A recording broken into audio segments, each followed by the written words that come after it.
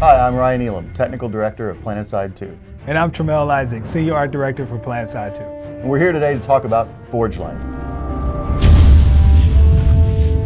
So ForgeLight is the name that we've given to our core engine. It's our set of tools for the designers and artists, to the client and the renderer, to the server behind the game. So PlanetSide 2 had a single vision, and that's big, massive battles. To make PlanetSide 2 actually work, we really needed an engine capable of handling thousands of players on the server, capable of handling all the action at a fast pace, and capable of rendering modern, good-looking graphics. We had the PlanetSide 1 engine. It did a great job of getting around 1,000 people to fight with each other, but we needed to go bigger. And ForgeLight was already an engine that handled several thousand players on its servers. So it became a natural progression for us to switch from the PlanetSide 1 engine to the ForgeLight engine.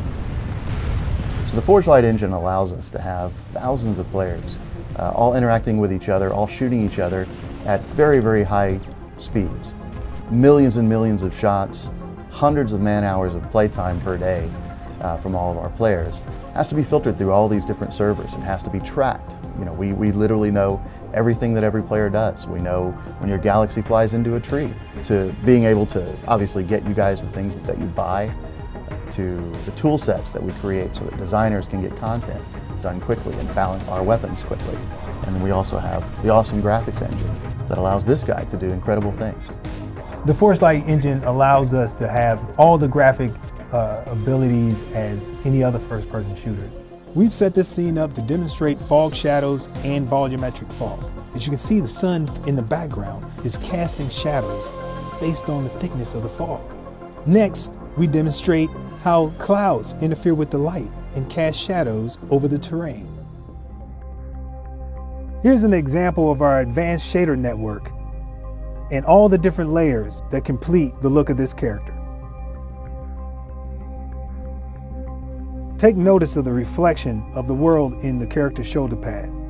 All the details in the leather, the different types of materials that make up this character. ForgeLight allows us to create very realistic looking material. As we zoom in on this helmet, notice the different material types. The red paint has a different metallic sheen than the gray, and notice how the rubberized material also has a very high detail. That all remains even if we zoom out. Here's a time-lapse video of the day-night cycle within the ForgeLight engine. Notice how the sun and the moon move across the sky as time passes. Here we have dynamic reflective cube maps.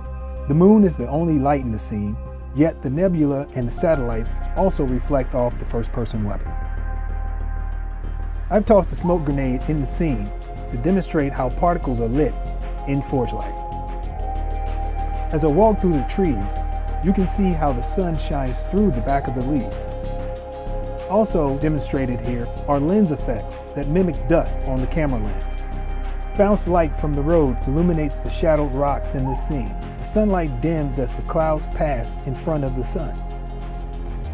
That concludes our brief demonstration of ForgeLight. I hope you enjoyed it, and I hope to see you on Araxis.